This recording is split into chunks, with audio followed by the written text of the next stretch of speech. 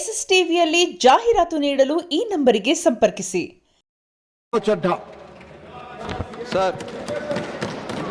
Sir, thank you for giving me an opportunity to speak on this bill.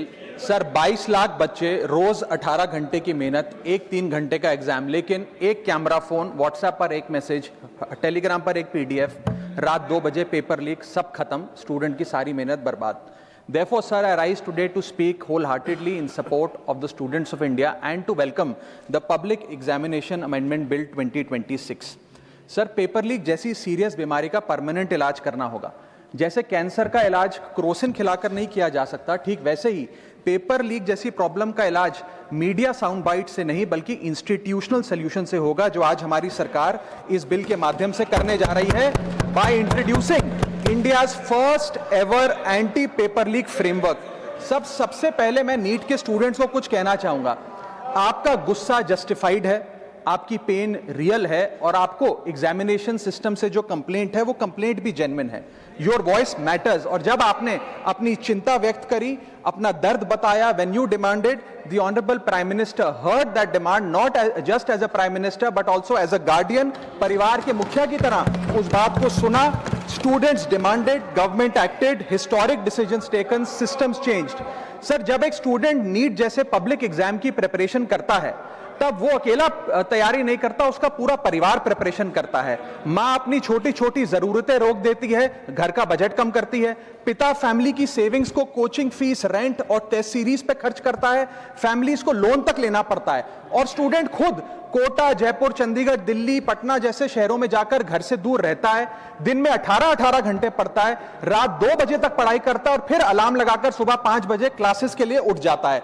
परिवार से दूर, कोई social life नहीं, कोई त्योहार फेस्टिवल नहीं, सोशल मीडिया, फ्रेंड से दूर, और अपनी स्लीप और अपनी हेल्थ से भी कॉम्प्रोमाइज करता है, क्योंकि उसे पता है कि जब वो पेपर लिखेगा तो सिर्फ पेपर नहीं, अपनी फैमिली के लिए एक बेटर फ्यूचर लिखने जा रहा है. और फिर एक दिन एग्जाम की तारीख पर उसे पता लगता है कि 3 साल से वो जिस पेपर की तैयारी कर रहा था वो पेपर किसी ने पहले ही पैसे देकर हासिल कर लिया, पेपर लीक हो गया. और इस समय सर सिर्फ पेपर लीक नहीं होता, उस स्टूडेंट का मेहनत, उसकी ड्रीम्स, उसकी सेल्फ बिलीफ, उसका ट्रस्ट, उसकी एस्पिरेशंस, ये सब लीक होती हैं और उसकी मेंटल और फिजिकल हेल्थ पे असर पड़ता है. I understand that pain sir, because मैं खुद भारत के अभी कुछ साल पहले ही भारत के एक पब्लिक एग्जामिनेशन सिस्टम का स्टूडेंट रहा, चार्टर्ड अकाउंटेंसी का. And sir, because I have spent enough time in this house critiquing the government, I have earned the right to say my next sentence with full conviction and sincerity कि जब बात students की आई, when it came to our students and the youth of India, the government heard, the government actioned and the government delivered. Students का feedback लिया, students की demands को honour किया और ये डेमोन्स्ट्रेट किया कि सरकार स्टूडेंट्स के साथ खड़ी है. जिस उम्मीद के साथ स्टूडेंट्स ने अपनी मांग प्राइम मिनिस्टर साहब के सामने रखी, उस चिंता को, उस दर्द को समझते हुए तमाम एक्शन लिए गए, तमाम स्टेप्स लिए गए, जैसे कि शॉर्ट टर्म और long term steps. Number 1, paper leak के बाद इमीडिएटली री एग्जाम कराया गया ताकि साल बर्बाद ना हो. जांच सीबीआई को सौंपी, एसआईटी का गठन हुआ, स्पेशल इन्वेस्टिगेशन टीम, जिसने 13 लोग मेन किंगपिन समेत गिरफ्तार किए. मात्र 75 दिन में, आज से 2 दिन पहले जब 75 दिन पूरे हुए जांच के, चार्जशीट भी फास्ट ट्रैक कोर्ट में दर्ज करा दी गई, जांच को महीनों सालों लटकाया नहीं. 47 नेशनल टेस्टिंग एजेंसी के ऑफिसर्स को शंट आउट किया गया.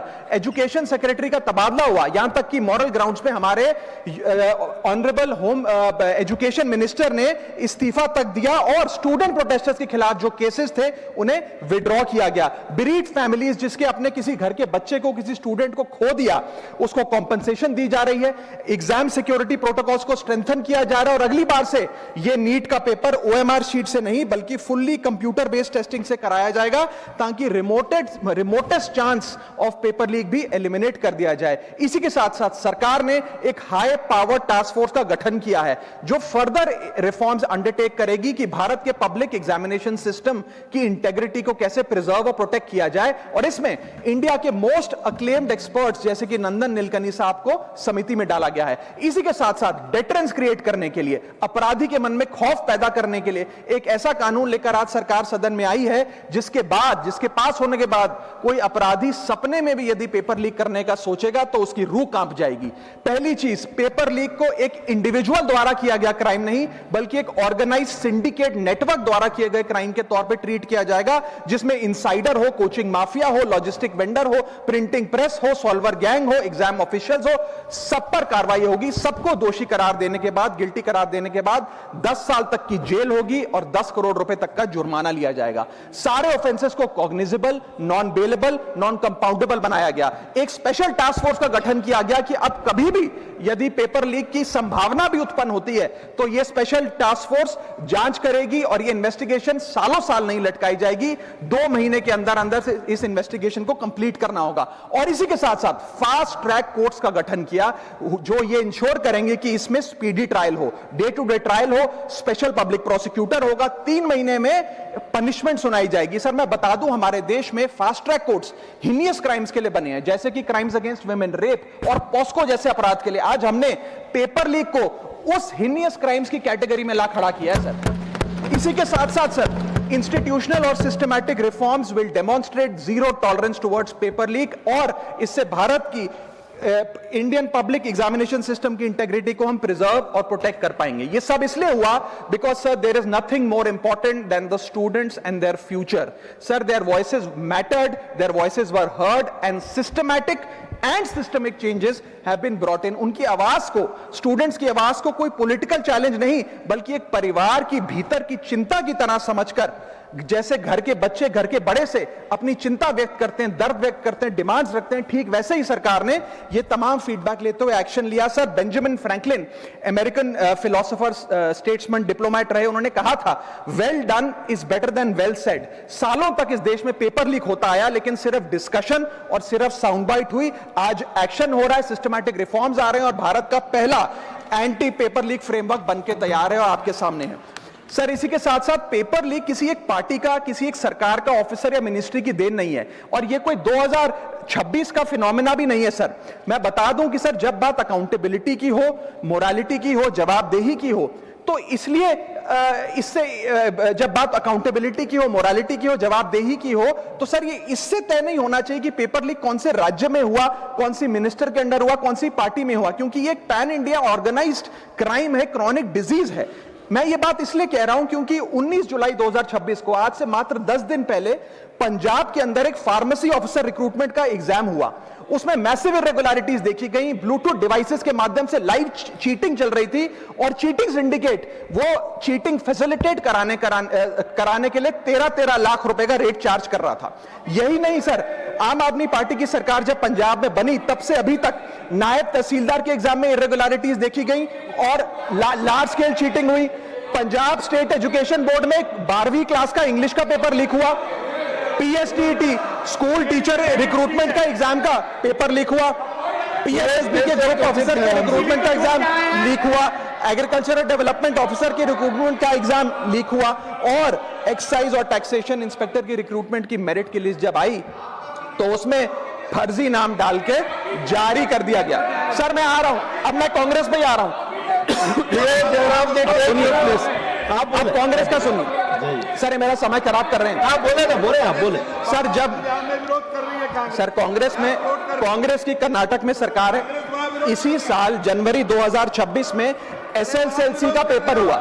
इसी साल कर्नाटक में कांग्रेस की सरकार के अंडर एसएसएलसी का पेपर हुआ, पेपर लीक हुआ, और वो पेपर ऑनलाइन 200 रुपए में स्टूडेंट्स को बेचा जा रहा था। हिमाचल प्रदेश में HP state selection commission recruitment exam का पेपर कांग्रेस के कार्यकाल में लीक हुआ। अब आप सुनिए सबसे चौंका देने वाली घटना, सर सबसे शॉकिंग और सैड बात यह है कि 2016 में कर्नाटक में जब कांग्रेस की सरकार थी तब वहां पे 12वीं कक्षा का प्री यूनिवर्सिटी कॉलेज का 12th का केमिस्ट्री का पेपर लीक हुआ। ये क्लासरूम का पेपर नहीं था सर, ये स्टेट बोर्ड एग्जाम था।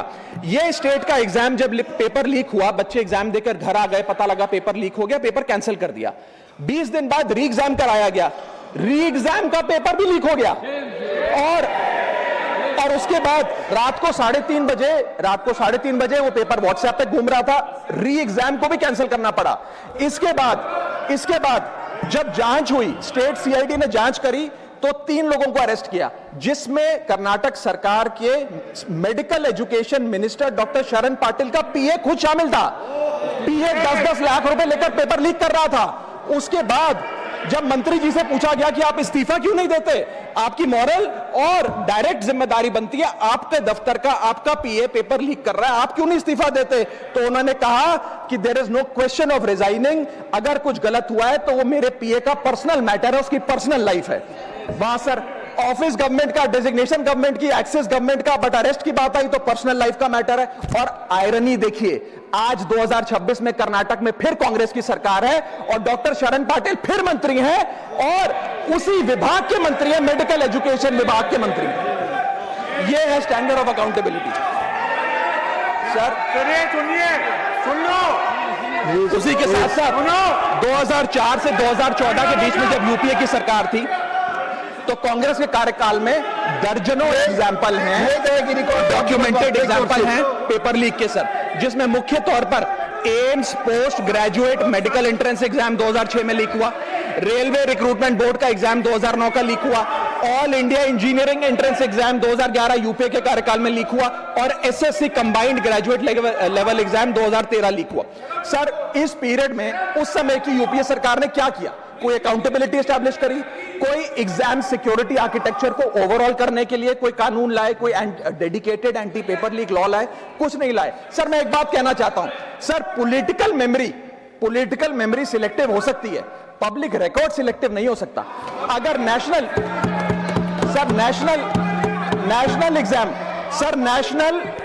एग्जाम का पेपर लीक अगर नेशनल क्राइसिस है, जो कि है, तो सर ऑपोजिशन रूल्ड स्टेट का पेपर लीक एक लोकल इंसिडेंट कैसे हो सकता है?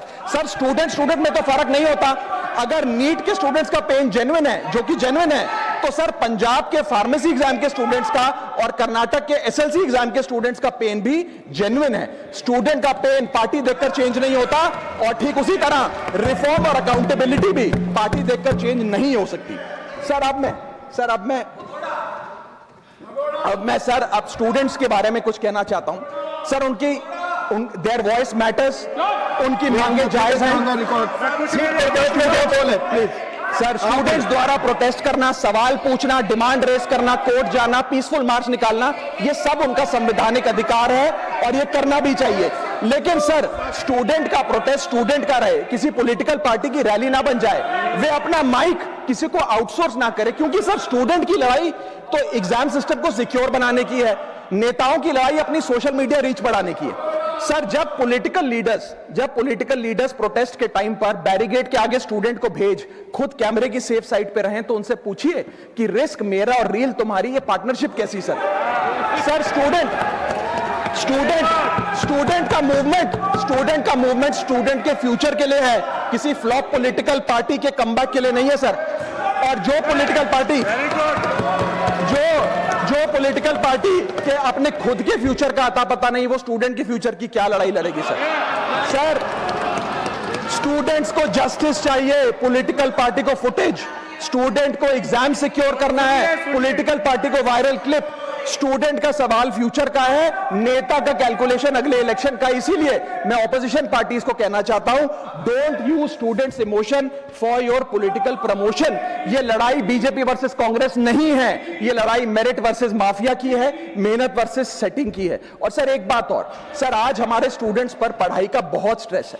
हमारे समाज ने, हमारी सोसाइटी ने आज बच्चों का, क्योंकि हम बेस्ट चाहते हैं, अपनी बच्चों से पढ़ाई संबंधित एक्सपेक्टेशन को प्रेशर में बदल दिया है। और ये प्रेशर सर स्कूल से ही शुरू हो जाता है।